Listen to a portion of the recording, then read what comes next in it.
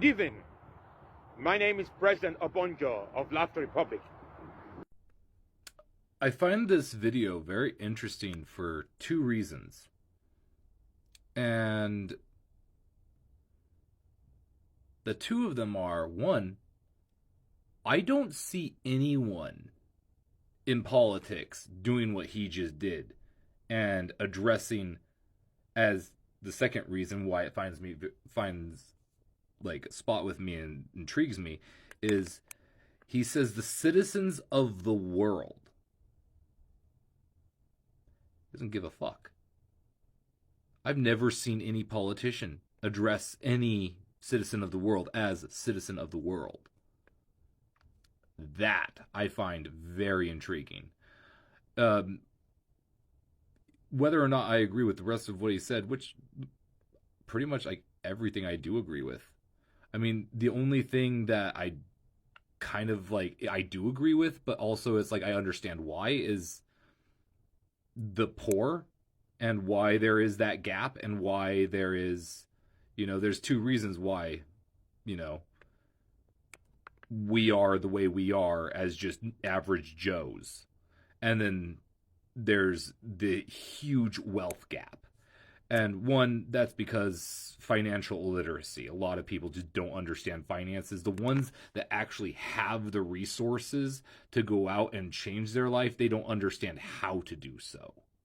And that's, as he said, that's the responsibility of the government. Like, the government enforces us to go to school. Well, if they're going to enforce us to go to school, then they should teach us things that will better our lives. Just saying. Like, I mean, like, there's average information, and, of course, every country's going to have a different view on their own history and the history of the world, and that doesn't fucking matter to me. I mean, it may matter to somebody else, and good on you for that mattering to you, but for me, what my concern is the fact that he's right. There shouldn't be homeless people, first of all. There shouldn't be. Unless they choose to live that way, there shouldn't be.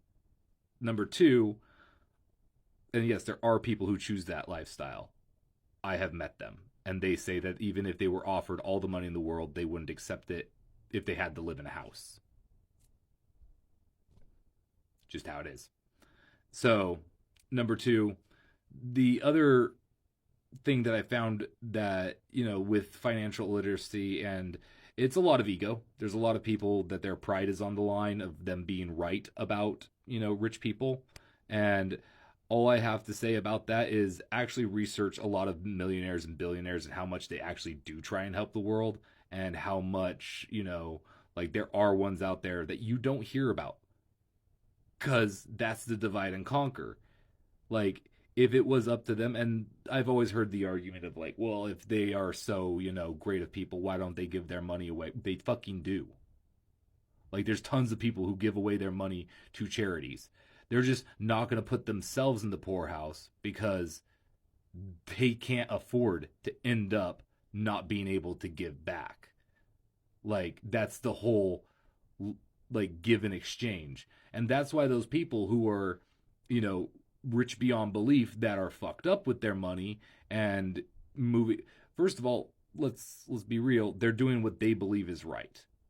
So they don't think that they're wrong, number one. So if you try and convince them that they're wrong, they're just going to see you as a threat, which is another reason why there's that gap, is because of that threat. There is a lot more of us than there are of them, and the only bridge between them and us is the in-between of those millionaires and billionaires and trillionaires that are actually good people, that actually do donate, they do help out, they put people up in, hotels, houses. I've seen, and then a lot of them don't want to be publicized. A lot of them don't want it to be shown because then it like devalues the action. Because then now they're getting publicity for being a good person. And if you're doing it to get publicity, then what's the fucking point? Like, Number two, if you are publicly saying what you're doing with your charity and stuff like that, that's your own thing, whatever. But the animosity of people at our level to them, because like I've been a millionaire before, only for 1 year, and that's because I didn't respect the money. I didn't give back. I hoarded it, and I held on to it. The only time I ever used it was when I wanted to do something fun for the chick that I was with. And even then, I didn't do what was responsible. I didn't get us our own place. Number two, I didn't get me my own vehicle. I kept on mooching off the people I was living with.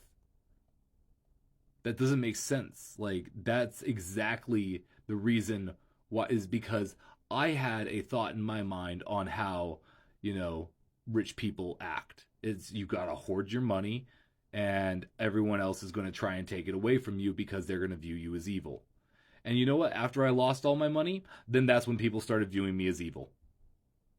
Is when I started mentioning, the people who are actually good people with their money. I didn't know about them until after I lost my mill. Because I didn't respect the money. I didn't fucking care about others. And now I'm where I am. And you know what? I'm happier than I've ever been. I'm happier than when I had the money. And that's what we need to teach. Is that it's not the money that makes you happy. It's the help that you can provide to others that will make you happy.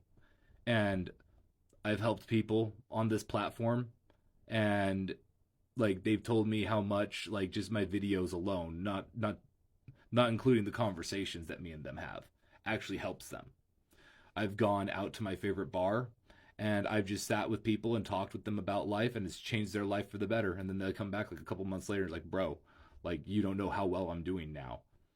And, like, that's what is fulfilling, is seeing people's lives changed. And I didn't do that when I had a mill.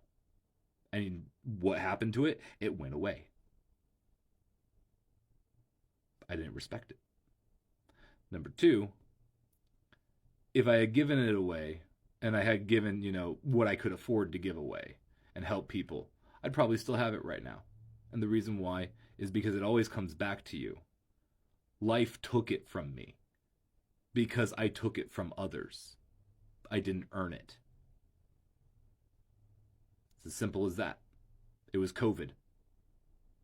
I put all the money that I was getting through COVID because I was living where I was living. I was getting everything for free. There was only I just had to take care of myself. That was it. And put all that extra money into stocks, crypto, and God's money. Learned enough about how it worked. Learned about how, the actual math and how you do the investing, the dividends and all of that. And I let that stuff stack. For an entire year, I let it stack. And then the second year, I was a millionaire. And then after that, and the reason why, irresponsibility.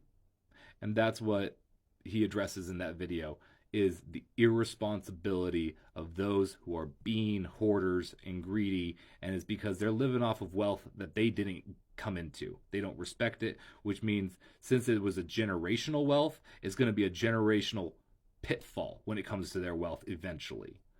We may not even see it in this lifetime, but later on, like, whatever happened to Xerxes' heirs, like, I don't know about the heirs of Xerxes, but Xerxes was a really rich dude.